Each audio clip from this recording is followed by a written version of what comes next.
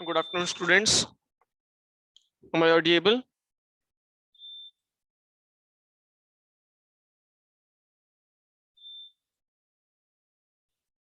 Hmm. Am I audible?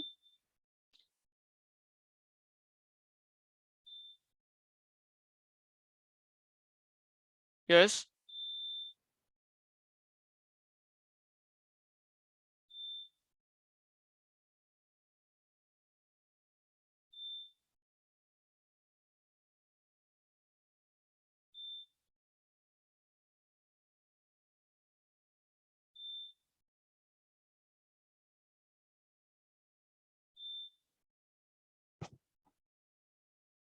Please reply.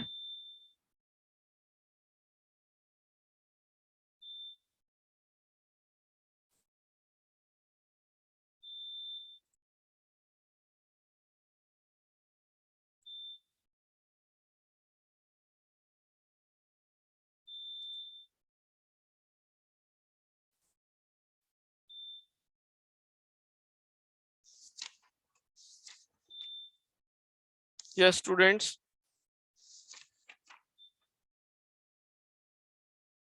Am I audible?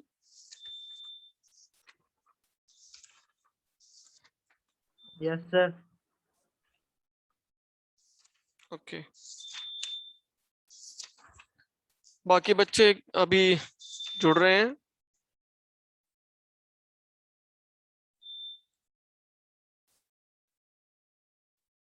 एक बार message कर दो उन्हें. टाइम पे नहीं आते हैं.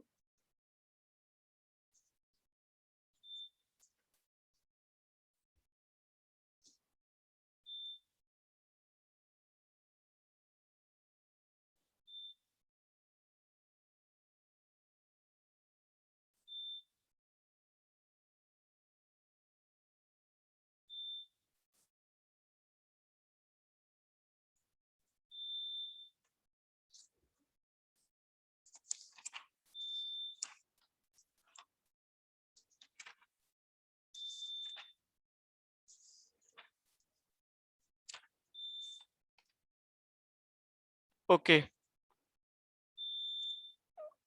चलो बच्चे आते रहेंगे. वी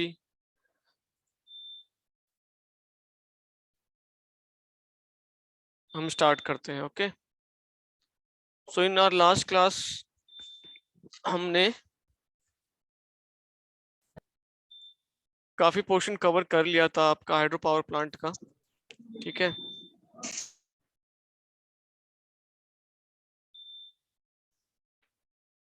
बेसिक टर्मिनोलॉजी हमने पढ़ ली. हमने टाइप्स पढ़े. डिपेंडिंग अपॉन क्लासिफिकेशन हमने हेड की क्लासिफिकेशन पढ़ लिया था.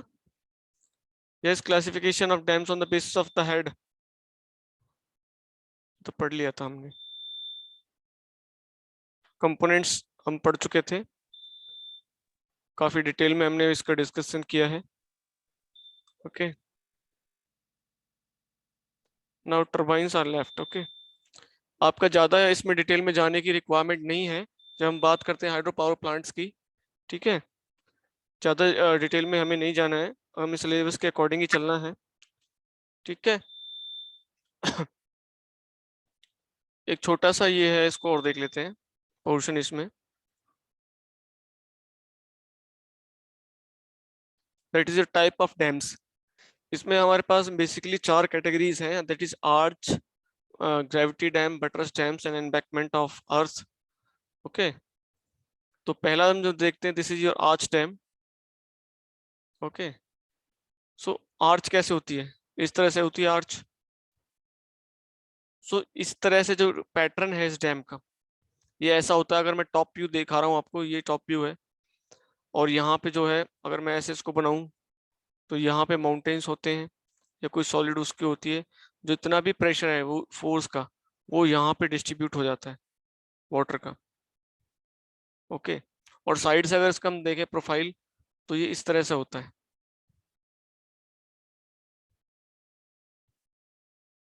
ठीक है. नीचे का पोर्शन बड़ा होता है एंड ऊपर का, because of the hydrostatic forces. जितना ज्यादा ऊपर यहाँ हेड होगा पानी का, उतना ज्यादा यहाँ पे प्रेशर फोर्स इम्पैक्ट होगा. हाइड्रोलिक फोर्सेस बहुत ज़्यादा होंगे, तो chances of breaking the dam is more. So इस तरह से इसको हमने डिज़ाइन किया है। अगर हम यहाँ की बात करें इस वाले पोर्शन की, तो जितना भी फोर्स यहाँ पे वाटर लगा रहा होगा, ये फोर्स इस पे फोर्स लग रहा होगा, इस पे वाटर का hydrostatic force, this is transmitted to यहाँ पे, ये आर्च की वजह से यहाँ पे जो इसके रॉक सॉलिड्स हैं, जो माउंटेन्स बने हुए हैं, यहाँ पे जितनी भी फोर्स है वो डिस्ट्रीब्यूट हो जाती है, ये इम्पैक्ट। और ये माउंटेन तो खिसकेंगे नहीं। सो इस तरह का जो डैम है, ये बहुत ही वर्सेटाइल डैम है। And the arch type shapes give strength देती है इसको। स्ट्रेंथ मैंने बता दिया, strength because of the distribution of force, जो ये यहाँ से इसके अलोंग फोर्सेस को डिस्ट्रीब्यूट कर देता है। मटेरियल इसमें लेस लगता है। नैरो साइड्स, यानी कि जहाँ पे वैलीज का जो बीच का गैप है वो ज़्यादा नहीं है, वहाँ पे आर्च डैम बनाना बहुत ही आसान है। ओके, स्ट्रॉन्ग एम्बैंकमेंट्स तो चाहिए ही चाहिए ताकि पानी का स्टैटिक फोर्स को जो हैंडल कर सके। ओके, नेक्स्ट आता है आपका concrete gravity dams. Concrete gravity dams means ये whole are wholly constructed of concrete with reinforcement. ठीक है, रेनफोर्समेंट के लिए इसमें हम जो है काफ़ी कुछ, जैसे आपका स्टील हो गया, वो यूज़ कर रहे हैं, and other compounds also, so that it get the concrete get strong and we can withhold the pressure of large reservoir का जो पानी का प्रेशर है उसको होल्ड कर सके। लेकिन एक आप देखोगे तो इसका जो लेंथ है बिल्कुल एक दीवार की तरह खड़ा है, एंड द क्रॉस सेक्शन वही मैंने बताया, ऊपर से नीचे, ऊपर से नीचे जब इसको देखेंगे तो इसकी विड्थ बढ़ती चली जाएगी। यहाँ भी आप देख पा रहे होगे, द विड्थ इज नाउ, यहाँ से देखो यहाँ पे क्या विड्थ थी ये वाली, एंड यहाँ पे देखो क्या विड्थ है। ये ट्रेपेजॉइडल शेप इसका है, यू कैन सी। इसको बहुत ज़्यादा कंक्रीट की रिक्वायरमेंट होती है इस तरह के डैम कंस्ट्रक्ट करने में। अब कंक्रीट चाहिए, फिर लेबर उसके लिए ज़्यादा होगी, मटेरियल ज़्यादा होगा, इस मीन्स एक्सपेंसिव है, काफ़ी एक्सपेंसिव है इस तरह के डैम्स कंस्ट्रक्ट करना। ठीक है,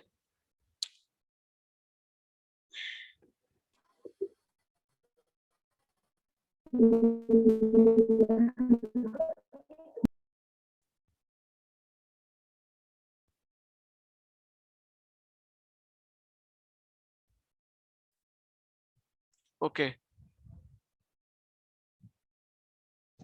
next year buttress dams, the face is held up by a series of supports. You can see there are number of piles, you can say, or the pillars जो यहाँ पे कंस्ट्रक्ट किए गए हैं। ये देखो ये वाले जो पोर्शन है, मैं आपको दिखाऊं जूम करके,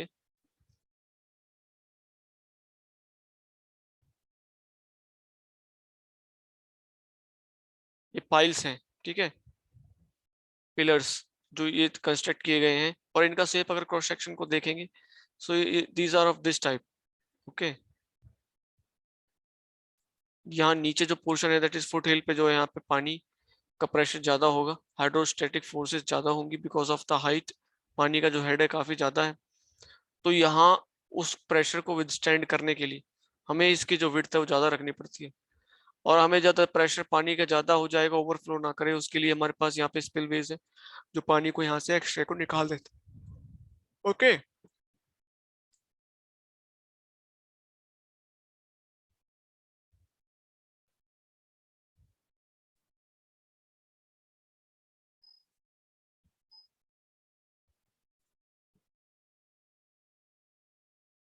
नाउ एम्बैंकमेंट डैम्स, यहाँ पे भी आप देखो मेन प्रिंसिपल वही रहेगा आपका, बस आपका जो पैटर्न है वो चेंज हो रहा है। ये फाउंडेशन है, नीचे इसकी स्ट्रॉन्ग फाउंडेशन लगा जाती है ताकि पानी जो है नीचे से ऐसे प्रेशर से यहाँ से ना निकल के इधर इसको खराब कर दे डैम की जो कंस्ट्रक्शन है, इसलिए यहाँ पे स्ट्रॉन्ग फाउंडेशन बनाई जाती है। फिर this is upstream face. Okay, this is the width of the dam, you can see how much width is there for this dam, बहुत ज्यादा विड्थ है ये यहाँ से, ये देखोगे तो this is your width dam की, just to hold such a high static hydrostatic pressure, उसको रिटेन करने के लिए इतनी हमें देनी पड़ती है। Okay, this is the reservoir level, यहाँ तक पानी इसमें भरा होता है, उसके ज्यादा जाएगा देन डेंजरस लेवल, फिर हम यहाँ स्पिलवेज खोल के इसको निकाल देते हैं पानी को।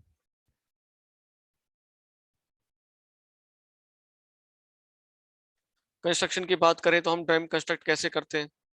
तो कंस्ट्रक्शन के डैम, मान लो हमें यहाँ बीच में डैम बनाना है, लेकिन रिवर का फ्लो तो है, और रिवर के अंदर, पानी के अंदर कंक्रीट कैसे रखेगा, या जो आप पिलर्स खड़े कर रहे हो कैसे खड़े करोगे, या आप आर्च बना रहे हो तो कैसे बनाओगे। तो उसके लिए क्या करना पड़ता है, हमें कॉफर डैम्स बनाते हैं। These are the upstream coffer dam and this is downstream coffer dam. You can see, जब एक एक डैम कंस्ट्रक्ट होता है तो एक नहीं होता, हमें 3 डैम कंस्ट्रक्ट करने पड़ते हैं, एक अपस्ट्रीम के लिए, एक डाउनस्ट्रीम के लिए, और एक मेन डैम जो आपका है। ये क्यों करते हैं हम कॉफर डैम्स, इस यहाँ के जो पानी है, इसका जो मेन कोर्स है पानी का वो ये था, इसको डाइवर्ट करेंगे, ये वाला पोर्शन हम खाली छोड़ देंगे, ताकि यहाँ पे हमारा जितना भी कंस्ट्रक्शन वर्क है वो हो सके। और यहाँ से हम क्या करते हैं, ड्रिलिंग के थ्रू, अगर यहाँ पे माउंटेन वैलीज है तो वहाँ के थ्रू ड्रिल करके इसको, पानी का जो रास्ता है, जो नदी का जो रास्ता है, उसको हम डाइवर्ट करते हैं और यहाँ से लेके आते हैं इधर। अब यहाँ पे बच्चे पूछेंगे कि ये वाला कोफर डैम की क्या रिक्वायरमेंट है। देखो, यहाँ से पानी आ रहा है, इसका तो पोटेंशियल हाई है, तो ये तो यहाँ को पानी को, यहाँ से जो कंक्रीट हमें रखेंगे उसको बहा के ले जाएगा, तो इसको प्रिवेंट करने के लिए है। लेकिन सर इसको क्यों, क्योंकि यहाँ से भी बैक फ्लो हो सकता है पानी, तो इसको भी रोकने के लिए हमें डाउन स्ट्रीम कॉफर डैम भी लगाना पड़ता है। So the mainly 3 dams are constructed for construction of a single dam. बाद में इन दोनों डैम्स को डिमोलिश किया जाता है जब हमारा काम कंप्लीट हो जाता है, और रिजर्वायर को हम पूरा भर देते हैं जितनी भी इसकी सेफ्टी लिमिट है, और वहां से एक रेगुलर कोर्स में जो रेगुलर सप्लाई ऑफ वाटर है उसको कंटिन्यू रखते हैं। ओके, क्लियर हुआ construction of dam. Yes sir. Okay, so यहाँ पे आप देख सकते हो डाइवर्सन्स भी हैं, पानी को कैसे डाइवर्ट करते हैं मेन कोर्स से। This is your outlet portion है, यहाँ से पानी को, यहाँ से जो है ड्रिल करके हमने इनटेक लिया, और यहाँ से ऐसे घुमा के इधर, यहाँ से ऐसे घुमा के यहाँ पानी को डिस्चार्ज किया ऐसे। और तो ये वाला जो पोर्शन है इसको हम ब्लॉक कर देंगे, और यहाँ पे अपना डैम कंस्ट्रक्ट कर देंगे, तो यहाँ हमें पोटेंशियल हाइट भी मिली और काइनेटिक एनर्जी भी मिलेगी। ओके,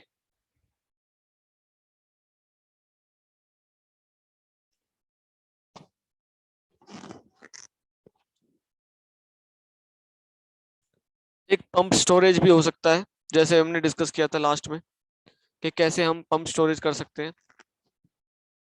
तो during storage water pumped from lower reservoir to a higher one and water raised back to the lower to generate electricity. कि पंप को हम किसी और की मदद से वहां से पानी को, जैसे यहाँ पे हमारे पानी है, इसको हमने ऊपर चार्ज किया, एंड यहाँ से इसको दोबारा से हमने लेके जो है टरबाइन के थ्रू पास करके इलेक्ट्रिसिटी जनरेट की। ये अभी एक मुझे लग रहा है केरला में यहाँ कहीं एक कंस्ट्रक्ट हुआ है इस टाइप ऑफ पंप स्टेशन जो है, क्योंकि वहाँ पे जो टोपोग्राफी है उसमें बहुत ज़्यादा वेरिएशन है हाइट का, और इतना लंबा हम ड्रेनेज सिस्टम बना नहीं सकते, तो वहाँ पे ये वाला पंप सिस्टम कुछ हुआ है। शायद तेलंगाना में कोई कंस्ट्रक्ट हुआ है, मुझे एग्जैक्टली याद नहीं है। ठीक है, ज़्यादा कुछ डिटेल में जाने की जरूरत नहीं है, अगर आपको इसमें से कुछ एक्स्ट्रा पढ़ना है यू कैन रीड, लेकिन ज़्यादा कोई पूछेगा नहीं सिलेबस के अकॉर्डिंग, तो इतना हम पढ़ चुके हैं। ये देखो बहुत बड़े बड़े हाइड्रो प्रोजेक्ट्स हैं, you can see the width of dam कितना है, वाटर कितना इसमें स्टोरेज कैपेसिटी है।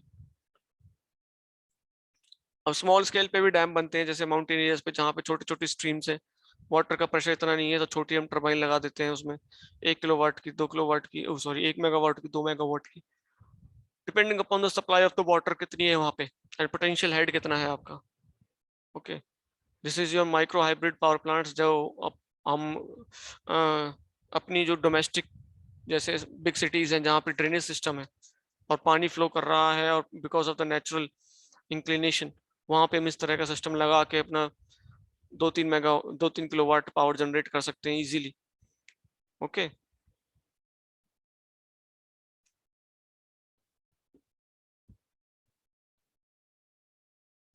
अब बात करते हैं टरबाइंस की।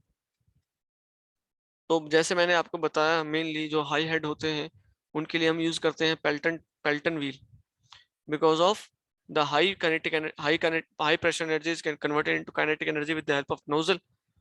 ठीक है, मास फ्लो रेट इतना नहीं है, तो हमें बकेट्स का जो साइज है वो इतना बड़ा रखने की कोई रिक्वायरमेंट है नहीं, तो इससे हमारा काम चल जाता है।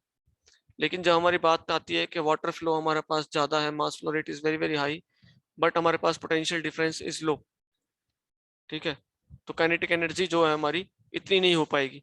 Then we need some other type of turbines. For that we use propeller turbines, Francis turbine, kinetic turbines, where mass flow rate is very very high, but the potential जो आपका वहाँ पे height का difference है turbine जहाँ पे लगी हुई है to the water level in the reservoir is generally less as compared to the high head turbines जैसे हम Pelton wheel में इस्तेमाल करते हैं.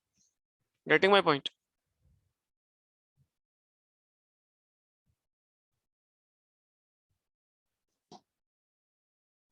टर्बाइंस के बारे में तो हम काफी डिटेल में डिस्कस कर चुके हैं अपनी पहले यूनिट्स में. एक बार और देख लेते हैं ओवरव्यू. तो uses the velocity of the water to move the runner and discharge at atmospheric pressure. तो यहाँ पे हमारे पास कोई जो ड्राफ्ट ट्यूब है उसकी रिक्वायरमेंट नहीं है because the discharge is at atmospheric pressure, so there is no chances of forming cavitation in the turbine. तो cavitation नहीं होगा तो कोई दिक्कत नहीं है. The water stream hits back each bucket on the runner. जो रनर है आपका उस पे बकेट्स जो माउंटेड है उनको हिट करती है and the bucket rotates the runner and runner is connected to the your shaft and shaft connected to generator and the electricity is further produced. No suction downside. Okay, water flows out through turbine housing after hitting. बस hit करके निकल जाता है, कुछ ऐसा suction वाला mechanism इधर है नहीं. High heads and low flow applications. वही मैं आपको बता रहा था कि जब mass flow rate is low flow है, water flow is low but head is high, तो वहां पे हम इम्पल्स टर्बाइन लगा सकते हैं जिसका हमारे पास क्या क्या है टाइप्स. अगर इम्पल्स टर्बाइन की बात करें कैटेगरी में तो दो टाइप्स की टर्बाइंस हैं हमारे पास, that is Pelton wheel and cross flow turbines. Okay, clear है? यहाँ तक सबको क्लियर है?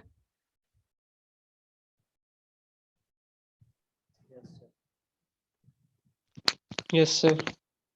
किसी को कोई doubt? So this is a sketch of, or you can say the diagram of your Pelton wheel. You can see the buckets mounted on a runner and runner is mounted on a shaft and this shaft is coupled to your generator. So nozzle directs forceful stream of water against the series of spoon shaped, मतलब चम्मच की तरह जैसे होते हैं, shaped buckets mounted round the edge of the wheel के edge पे. Each bucket reverses the flow of water and this impulse spins the turbine. So अगर मैं प्रिंसिपल की बात करूं, ज्यादा डिटेल में पूछेंगे नहीं, लेकिन what will be the principle के इम्पल्स टर्बाइन कैसे काम करती है? हाँ बताइए, कोई बता पाएगा? देखो फोर्स क्या है, व्हाट इज फोर्स, ये चीज मैंने आपको पहले ही बताई थी. फोर्स क्या है? Rate of change of momentum है, m into a. यही तो होता है फोर्स, होता है कि नहीं होता? मैं इसको ऐसे लिख सकता हूँ, yes sir. m dv by dt. लिख सकता हूँ कि नहीं लिख सकता? The acceleration is rate of change of velocity. Yes और नो? एंड वेलोसिटी क्या है? मैग्नीट्यूड. m से मैग्नीट्यूड मान लेता हूं मैं इसको, मैग्नीट्यूड इनटू डायरेक्शन. यही तो है, magnitude and direction, because velocity is a vector quantity. अगर मैं डायरेक्शन चेंज कर दूं देन वेलोसिटी विल चेंज. अगर मैं वो डायरेक्शन कांस्टेंट रखूं, ठीक है, और मैं इसका जो मैग्नीट्यूड है वो से चेंज कर दूं देन वेलोसिटी विल चेंज. अगर मैं दोनों को चेंज करूं then velocity will also change. होगा कि नहीं होगा? So either I change the direction, either I change the magnitude, or I change both, the velocity will change, definitely change. And the rate of change of velocity is acceleration. So यहाँ पे क्या हो रहा है? If I assume that the surface of the bucket is perfectly smooth, ठीक है, कोई friction losses नहीं है, और मैं यहाँ से अगर इस पे स्ट्राइक करता हूँ वाटर को, this, and after striking the velocity of water is this in this direction. अगर यहाँ पे v1 वेलोसिटी है और यहाँ पे v2 वेलोसिटी है, तो v2 is definitely less than v1. होगा कि नहीं होगा? एंड डायरेक्शन चेंज हो ही गई है, एंड डायरेक्शन चेंज की वजह से क्या आया? Momentum change. and momentum change because of the velocity change, and velocity change is equal to acceleration, and mass flow rate तो है, then mass flow rate into acceleration will give you the force. So this is the force that actually the bucket experiences. ये हमने velocity diagram बनाया था, तब भी हमने बताया था कि दो कंपोनेंट होते हैं वेलोसिटी के, एक फ्लो कंपोनेंट, एक whirl component. Flow component help करता है वाटर को बकेट के ऊपर से मूव कराने में, and the whirl component is actually which is exerting force on this bucket or the blade of the turbine. This we have discussed in detail when we discussed about the velocity triangle. जब velocity triangle हमने पढ़ा था तो इस चीज को हमने काफी डिटेल में पढ़ा था नहीं पढ़ा था? That was clear to you all? Yes, बताइए. Yes, sir. So मेरा मेन पर्पस था कि हाउ यू कैन, अगर आपसे कोई पूछे भी कि ये कैसे हो रहा है, हाउ द बकेट के ऊपर जो पानी आ रहा है वो कैसे उसको रोटेट करा रहा है, और उसके हम डायनेमिक्स के अंदर जाएं. So this is happening behind the scenes. Okay okay, ये मेंशन करने का इसका प्रोस्पेक्टिव यही है बिकॉज वो ये जानता है कि जो ये पढ़ रहा है उसको इसके बारे में नॉलेज है. सो ये कह रहा है each bucket reverse the flow of water. इसका मतलब क्या हुआ reverse the flow of water? Means he is changing the direction impact होने के बाद, और उसकी वजह से क्या आया? वेलोसिटी में change. That will give you the acceleration. अगर वो रोटेशन में है then angular acceleration. Okay, so engineering is not so tough if you break it into parts, and you will see the beauty of engineering. Okay, Pelton wheel suited for high heads, low flow sites, और largest unit जो हम install कर सकते हैं is of 200 megawatt. Itself is a very big unit. ठीक है, can operate with a head 15 meters and as high as 1800 metre.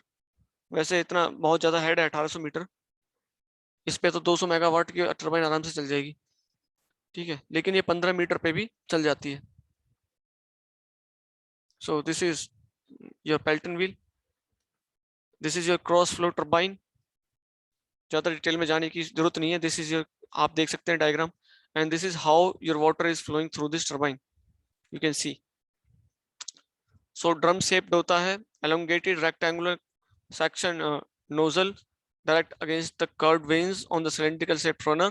Swivel cage blower इसके अंदर होता है, and water flows through the blade twice. ऊपर से आएगा, फिर ऊपर से नीचे के बाद जब इसको क्रॉस करेगा यहाँ से then निकल के जाएगा, फिर इसको पुश करेगा.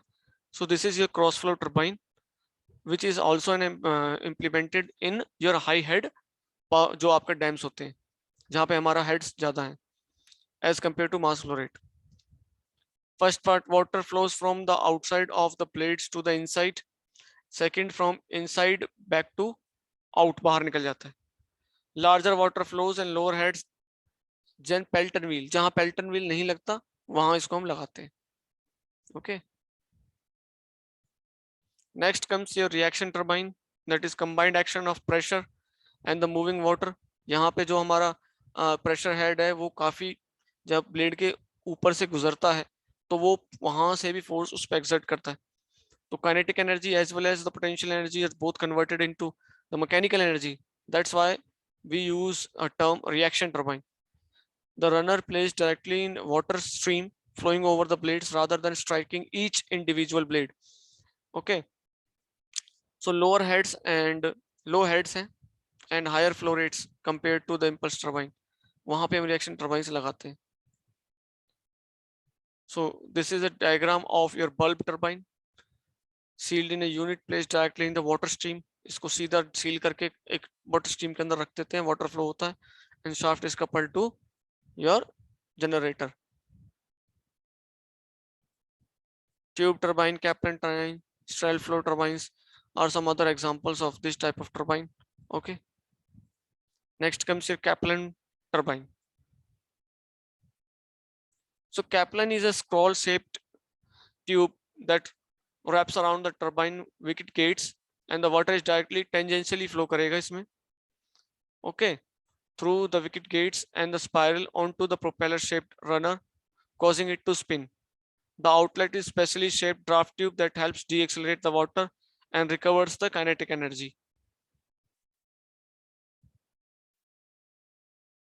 Similarly you can see the Francis turbine. यहाँ पे जो इनलेट है वाटर का वो कैसा है, रेडियली या टेंजेंशियली, बताएगा कोई? The inlet to the Francis turbine is tangential, radial? Radial होगा सर। ओके यस, जैसे बताया द फ्लो जो एंट्री है उसके अंदर दैट इज रेडियल। कैसे रेडियल? अगर मैं टॉप व्यू देखूं तो इस कर्व तरह है से, सर, कर्व हाँ टाइप में। स्पाइरल का इस तरह से होती है। And the water enters from this, ऐसे यहां से एंट्री करेगा। एंड एग्जिट इज एक्सियल, जो एक्सिस है उसके थ्रू ये निकल जाएगा। ओके एंड जो स्पाइरल है उसका क्रॉस सेक्शन एरिया भी ग्रेजुअली क्या होता है? हम्म, बताइए।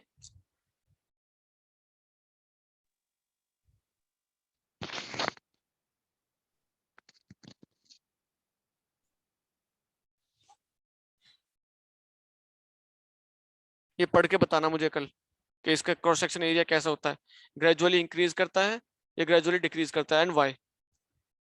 Okay so inlet is spiral shaped, guide vanes जो है डायरेक्ट करती हैं वाटर को tangentially to the runner, and this radial flow acts on the runner blades causing the runner to the spin. The guide vanes or the wicket gates may be adjustable to allow efficient turbine operations for a range of water flow conditions. You can adjust the water flow with the help of these जो आपके यहाँ पे ये लगे होते हैं guide veins के बाहर, फ्लिप्स ऐसे करके लगे होते हैं पूरी सराउंडिंग में इसके। You can direct the flow, इनकी जो ओरिएंटेशन है चेंज करके आप वाटर फ्लो को मेंटेन रख सकते हैं। अगर आपकी जो टरबाइन के ऊपर लोड है वो कम हो गया है then you can decrease the water flow to the turbine. Similarly अगर sudden loading आ गई है then you can increase the water flow through the turbine, okay, with these guide blades.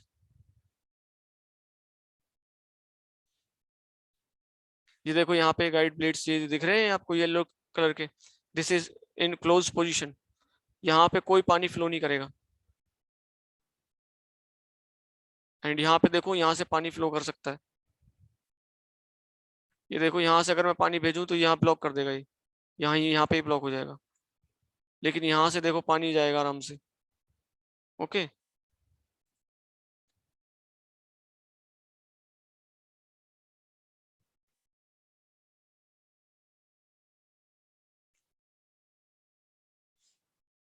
so I hope this much is clear to you.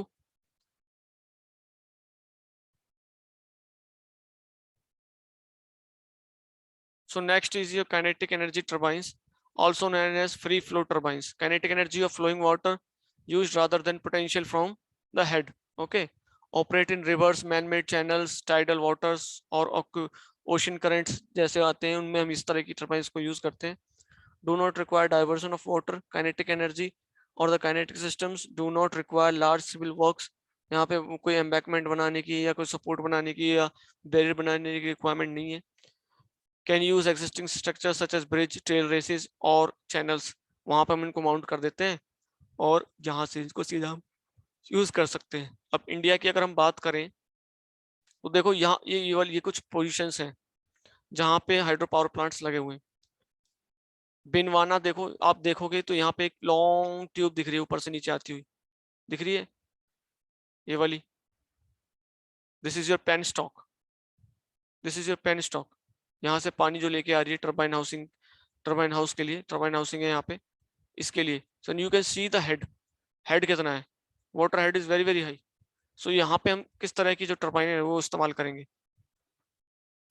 देखो ये tube के जो size है इतना बड़ा नहीं है, then mass flow rate is less,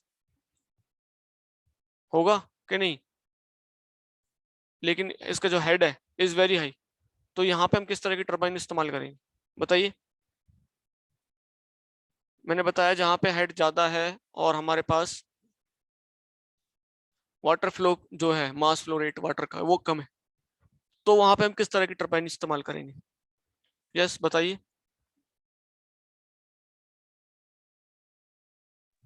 Kaplan sir. Kaplan क्यों करेंगे dear?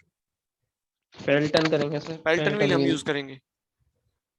Because we have to use the potential energy जो वहां पे उसकी है, उसको हम काइनेटिक एनर्जी में कन्वर्ट कर सकते हैं आराम से with the help of nozzle. Nozzle क्या करता है? Potential energy is converted into kinetic energy, यही तो काम है नोजल का। Yes yes.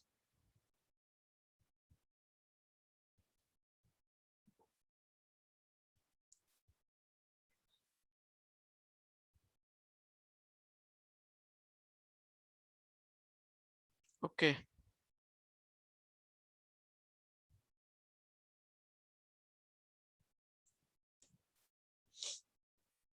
Let's see some more slides. This is in Gaj, Nathappa. Okay, these are some hydro power plants in India. बहुत सारे हैं। सरदार सरोवर डैम है आपका, भाखड़ा नांगल डैम है आपका। इन्वायरमेंट इम्पैक्ट पढ़ने से पहले एक हम थोड़ा इसके कैविटेशन के बारे में जानते हैं। कैविटेशन क्या है? Okay okay.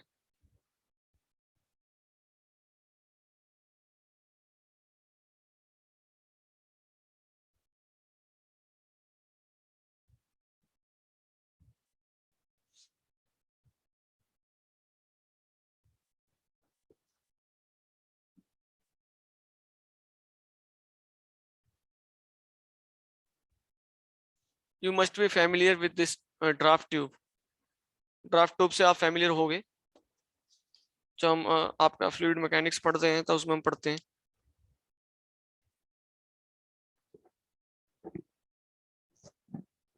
एक्चुअली क्या होता है, जब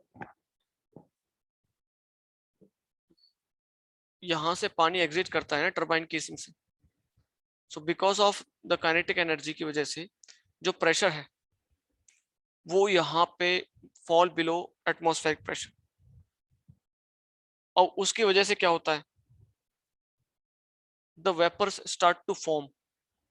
ठीक है, जब वेपर्स बनने शुरू हो जाते हैं और वो यहाँ से निकल कर पहुंच जाते हैं आपके टरबाइनिंग हाउस में, एंड बिकॉज ऑफ यहाँ पे तो लो प्रेशर था, यहाँ हाई प्रेशर होता है, they burst. So when these bubbles और दीज जो यहाँ पे कैविटेशन, जो यहाँ पे लो प्रेशर बबल्स बने वो यहाँ जाके बर्स्ट करते हैं, और जब मास फ्लो रेट इतना हाई होता है और बबल फॉर्मेशन इतना हाई होता है, ये यहाँ पे इतना बहुत ज्यादा इम्पैक्ट डालते हैं कि sometime they breaks the turbine blades, और जो ब्लेड का जो इरोजन है वो भी हो जाता है। So we have to prevent this cavitation phenomena. Okay, cavitation को हमें रोकना है to increase the life of your turbine. उसके लिए हम क्या करते हैं, ग्रेजुअली यहाँ पे देख रहे हो, you can see the gradually increase in the cross section area. So cross section area बढ़ने की वजह से जो यहाँ पे प्रेशर, जो काइनेटिक एनर्जी थी, that is converted into pressure energy, and जो यहाँ पे प्रेशर होगा एग्जिट पे will be more than atmospheric pressure. Okay okay. उसकी वजह से बॉइलिंग नहीं होगी, means slight vapor formations will be restricted and the cavitation phenomena is decreased. Getting my point? So cavitation की definition अगर हम पढ़े हैं, the phenomena which magnifies itself in pitting of the metallic surface of turbine because of formation of cavities. ठीक है, it is known that when a velocity of flow increases the pressure falls. ये तो Bernoulli equation से भी हम कह सकते हैं। ठीक है, कि हमारे पास एज द प्रेशर इंक्रीजेस, तो प्रेशर इंक्रीज किसकी वजह पे होगा, because of fall in the kinetic energy, और उसी का रिवर्स भी ट्रू होगा। So in liquid the pressure can not flow the vapour pressure which depends upon the temperature height above the sea level in any turbine part. If the pressure falls below the vapor pressure, the liquid boils and large number of bubbles of vapor are formed. These bubbles mainly formed on the account of low pressure and are carried by the stream to a higher pressure zone where the vapors condense and the bubbles suddenly collapse. As the vapors are condensed in a liquid again, this results the formation of cavity and surrounding liquid rushes to fill it. The stream of liquid coming from all directions collide at the center of the cavity, giving rise to a very high local pressure, which may have amplitude up to 7000 atmospheric pressures. ठीक है, इतना pressure create हो जाता है। सो आप you can imagine हम 1 atmosphere में रह रहे हैं, उसके 7000 गुना अगर प्रेशर कहीं पे इम्पैक्ट हो तो उस पार्ट का या उस बॉडी का या उस कंपोनेंट का क्या हाल होगा. Okay, so this causes pitting on the metallic surface of runner blade or draft tube. The material then falls to fatigue, adding perhaps to the corrosion. During this pressure, some parts like runner blades may torn away completely. ठीक है, तो methods एविटेशन को बचाने के लिए क्या करें? Runner and turbine में भी केप्ट अंडर वाटर, ताकि जो हमारा यहाँ पे जो प्रेशर डिक्रीज ना हो. Not advisable as inspection and repair of turbine is difficult. उसको हम ऐसा भी नहीं कर सकते क्योंकि इंस्पेक्शन और टर्बाइन का दिक्कत हो जाएगी.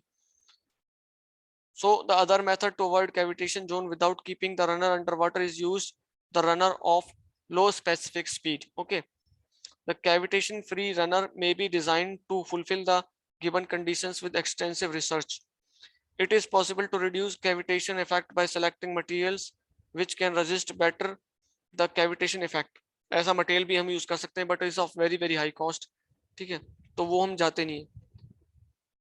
फिर भी the cast iron is better than cast steel is better than cast iron, and stainless steel or alloy steel is far better than cast steel. Okay, the cavitation effect can be reduced by polishing the आपने attendance ली थी? हाँ, sir आपने attendance ले ली थी? Attendance नहीं ली मैंने. बताइए. नहीं सर, वो मैं 2:05 पे आया था ना, मैंने सोचा पहले ले लियो, क्या पता, इसलिए पूछ रहा था. नहीं कोई नहीं, attendance I will mark, no need to worry. Sir मेरी आज सर सुबह की भी रह गई थी सर. हाँ मैं लगा दूंगा. आज मेरी शीट मेरे लेके नहीं आया, भूल गया. आज अटेंडेंस शीट आज मैंने वैसे मार्क कर ली, पता चल जाता है मुझे. ओके, एक बार कल मैं टैली कर लूंगा. This is why the steel runners and blade are coated with stainless steel. Okay, cavitation may be avoided by selecting runner of proper specific speed for given heads. Okay, so these are some methods you can use to avoid the cavitation in the turbine. So I think most of the portion in your hydropower plant is now covered. बस इनके हम benefits वगैरह का एक बार देख लेंगे क्या है, और इससे ज्यादा आपको पढ़ने की रिक्वायरमेंट है नहीं. ठीक है, न्यूमेरिकल भी शायद मुश्किल ही पूछे वो, but we will do numerical on this. पूछ ले तो हमें आना चाहिए. Okay, so you can go through books और web content if you want additional knowledge. ठीक है, किसी को कोई डाउट है तो पूछो.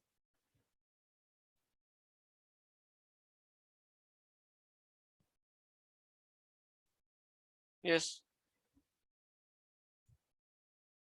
किसी को कोई डाउट है? सर न्यूमेरिकल्स भी आएंगे इस पे? न्यूमेरिकल्स का डियर क्वेश्चन उसमें आपके आंसर शीट ओ सिलेबस में तो मेंशन नहीं है, पर हो सकता है वो आप पूछ ले. Okay surety sir. नहीं है कुछ. वैसे इस पे कुछ ज्यादा न्यूमेरिकल बनेगा नहीं. स्पेसिफिक स्पीड पूछ सकते हैं टरबाइन की, अगर आपको कोई डाटा देंगे उसके लिए कॉमन फार्मूला होता है. I will provide you the formulas, वो रट के चले जाना बस.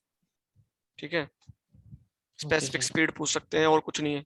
बाकी ये जो मेन कंटेंट्स मैंने आपको बताया वो ज्यादा इंपॉर्टेंट है कि 2 नंबर में पूछ सकता है आपका कौन सी, अगर हाई हेड है या लो हेड है तो आप किस तरह की टरबाइन यूज करेंगे, प्लस कंस्ट्रक्शंस क्या है, कंपोनेंट्स क्या हैं, वो बहुत इंपॉर्टेंट है. बेसिक स्ट्रक्चर आपको पता होना चाहिए, कैसे आपका पावर प्लांट ऑपरेट हो रहा है. ठीक है, क्या क्या कंपोनेंट्स हैं और उनके क्या क्या यूजेस हैं, वो मैंने आपको पूरे डिटेल में समझाया है. ऐसा कुछ है नहीं, और एक बार आप रिवाइज करोगे then you will get to know. Okay okay sir. Okay, और फिर भी आपको कोई डाउट है then you can ask me, I will be available. ठीक है, अरे पीपीटी भेज देना sir. PPT I will yes मैं will PDF send भेजना this sir. PPT. I will send this PPT once this topic is over. Okay, no need to worry. Okay, thank you students.